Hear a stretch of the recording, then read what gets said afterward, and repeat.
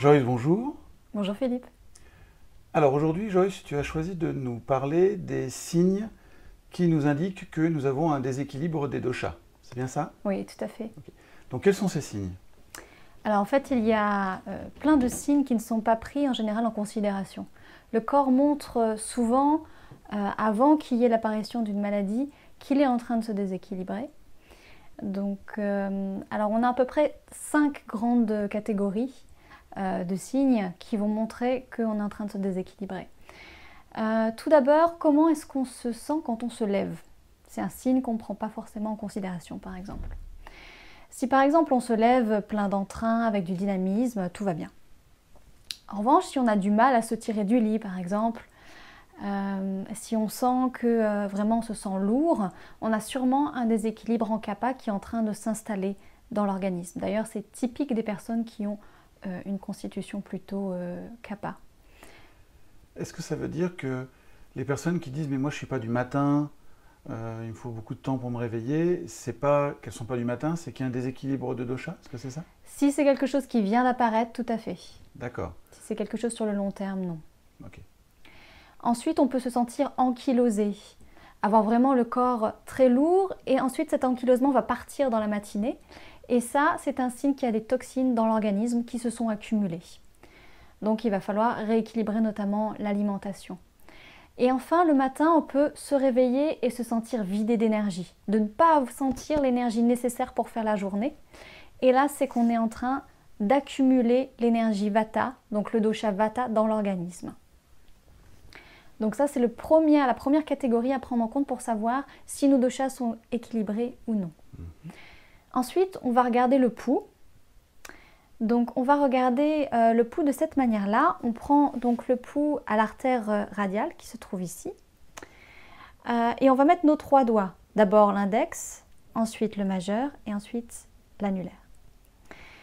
Et on va sentir sous quel doigt est-ce que ça tape le plus. Est-ce qu'il y a un doigt sous lequel je sens qu'il y a beaucoup plus de force qu'un autre? Ce doigt-là représente Vata, ce doigt-là représente Pitta et ce doigt-là représente Kapha. Donc s'il y a un déséquilibre de dosha ici et maintenant, au moment où je me prends le pouls, je vais sentir un bon prédominant sous le doigt correspondant. Et là, je sais que j'ai un des 3 doshas qui est déséquilibré, voire 2, voire 3, si le pouls est très très fort sous les 3 doigts. Donc ça va être un des signes qu'on va prendre en considération et que n'importe qui peut voir assez facilement. Est-ce que ça veut dire qu'on ne cherche que les pouls qui sont forts ou est-ce que un pouls absent ou fuyant est aussi un signe de quelque chose? Alors effectivement, là je suis en train d'expliquer si les doshas sont en excès, mais s'ils sont en insuffisance, on va sentir justement, effectivement, comme tu l'expliques, une absence sous le doigt correspondant. D'accord.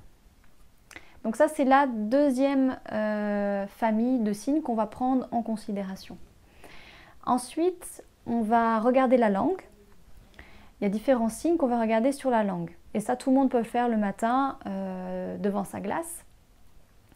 La première chose, on va regarder si la langue elle est blanche ou pas. Normalement, une langue qui est équilibrée, elle devrait être rose, soit rose terne, soit rose clair, soit rose presque fuchsia, mais rose. Dès que la langue devient blanche, ça veut dire qu'on a un déséquilibre en kapha. Ou on peut aussi avoir des toxines qui sont accumulées dans le système digestif. En fait, sur la langue, on voit l'état du système digestif de la personne. On peut aussi avoir une langue qui est sèche, et à ce compte-là, ça va être un déséquilibre de vata dans le système digestif qui s'est installé. Et donc, si on a un déséquilibre d'un dosha dans le système digestif, ça va ensuite s'éparpiller dans tout le corps et commencer à créer ce qu'on appelle donc des somatisations ou des maladies. On peut aussi avoir la langue qui va changer de couleur, donc on connaît le blanc, mais on peut aussi avoir une langue qui est verte ou jaune. Et là, ça va plutôt être un déséquilibre en pitta, trop de feu et d'eau dans l'organisme, ce qui est typique par exemple de tout ce qu'on appelle infection. Et enfin, lorsque vous tirez la langue et vous avez pas mal de mousse, là effectivement c'est encore une fois des toxines qui sont dans le corps et qui sont éparpillées dans l'ensemble du corps. Quand tu parles de couleur, est-ce que c'est la langue elle-même qui est de cette couleur-là ou est-ce que c'est une sorte de dépôt ou de mucus qui est de cette couleur-là sur la langue? C'est un dépôt sur la langue, tu fais bien de préciser. En fait, on va avoir la langue qui va rester donc rose en dessous et on va avoir sur l'ensemble de la langue une espèce de cartographie. Certaines zones vont être plus rouges, d'autres plus blanches, etc. Le bout de la langue représente toute la partie supérieure du torse, donc ça représente les poumons, le cœur. Donc quand on regarde le début de la langue, le premier tiers. Le deuxième tiers représente les intestins, l'intestin grêle, l'estomac. Et enfin, le troisième, en arrière-bouche, on voit tout le côlon, le système gynécologique et le système urinaire. Et ça nous permet de voir où est placé le déséquilibre de dosha. Et ça, une fois qu'on sait, tout le monde peut voir, ok, j'ai un déséquilibre de tel dosha dans telle partie du corps. Donc ça, c'est la 4e grande famille de signes de déséquilibre. Et enfin, on va regarder tout l'appétit de la personne et comment fonctionne son système digestif. Une personne qui n'a pas faim avant de manger, notamment quand c'est toute la journée, ce n'est pas normal. C'est qu'il y a un déséquilibre de l'élément feu dans l'organisme qu'il va falloir réactiver. Aussi, par rapport à l'appétit, lorsqu'une personne vient de terminer son repas et qu'elle a envie de dormir après manger, ça veut dire qu'il y a aussi une insuffisance de l'élément feu. Ce n'est pas normal d'avoir envie de dormir après manger. C'est qu'il y a un manque d'énergie et un manque d'énergie de l'élément feu pour transformer le repas. Donc on va regarder donc l'état de l'appétit. Ensuite, on regarde aussi l'état des selles et de l'urine. Normalement, une personne doit aller à la selle tous les jours, sinon c'est un début pour nous de constipation. Et ça veut dire que l'énergie vata ou le dosha vata est en train de s'aggraver dans le côlon. Et pour les urines, on va aussi regarder la couleur, par exemple. Des urines trop odorantes ou beaucoup trop jaunes tout au long de la journée peuvent montrer, par exemple, une aggravation en pitta. Donc, tout ce qu'on évacue va nous servir à regarder quelle est la proportion des doshas dans le corps. Dès qu'il y a un changement de couleur, par exemple, il faut y prêter attention. Tu parles de la langue, tu parles du pouls. Est-ce qu'il y a d'autres indicateurs, tels que, j'imagine, la couleur de la peau ou quelque chose dans les yeux, ou peut-être voilà, d'autres parties du corps qui peuvent être des indicateurs de déséquilibre d'un dosha? Alors tout à fait, en fait, tout le corps peut servir pour nous indiquer qu'il y a des déséquilibres de dosha. Donc c'est pour ça que j'ai fait des grandes familles, pour que ce soit plus simple pour les personnes qui veulent s'auto-checker. Par exemple, la couleur de la peau, une couleur de peau jaunâtre montre que le foie est très actif chez la personne, ce qui est le cas souvent des personnes pitta, mais aussi quand on a des équilibres en pitta.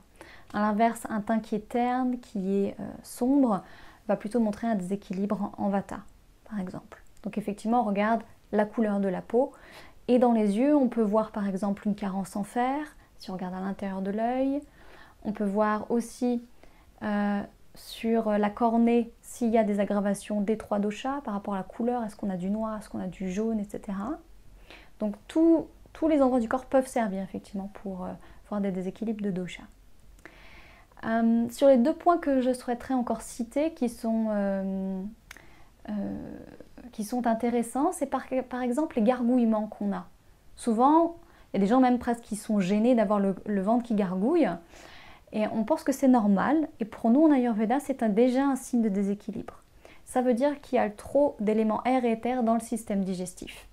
Que le gargouillement soit avant ou après le repas, c'est la même chose? Tout à fait. Pour nous, en Ayurveda, ça ne signifie pas que la personne a faim. Ce n'est pas forcément lié à la faim. Ça veut dire simplement que Vata est en train d'augmenter dans le système digestif. Et également, bien sûr, si c'est suivi de ballonnement, de gaz, ça montre encore plus que Vata est très fortement aggravé et risque donc de s'éparpiller dans le corps et de provoquer différents déséquilibres de Vata par la suite. Et enfin, c'est un signe qui concerne surtout les femmes, ou même que les femmes, je dirais. C'est aussi quelque chose qu'on considère comme normal, c'est la présence de pertes blanches chez la femme. La présence de pertes blanches est considérée souvent dans notre médecine moderne comme quelque chose de normal, mais pas pour nous en Ayurveda.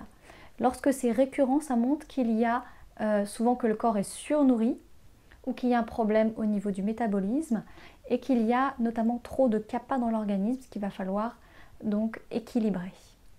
Donc voilà pour les signes qu'une personne peut regarder les uns après les autres pour voir si effectivement l'ensemble des systèmes et si les 3 doshas sont équilibrés chez elle.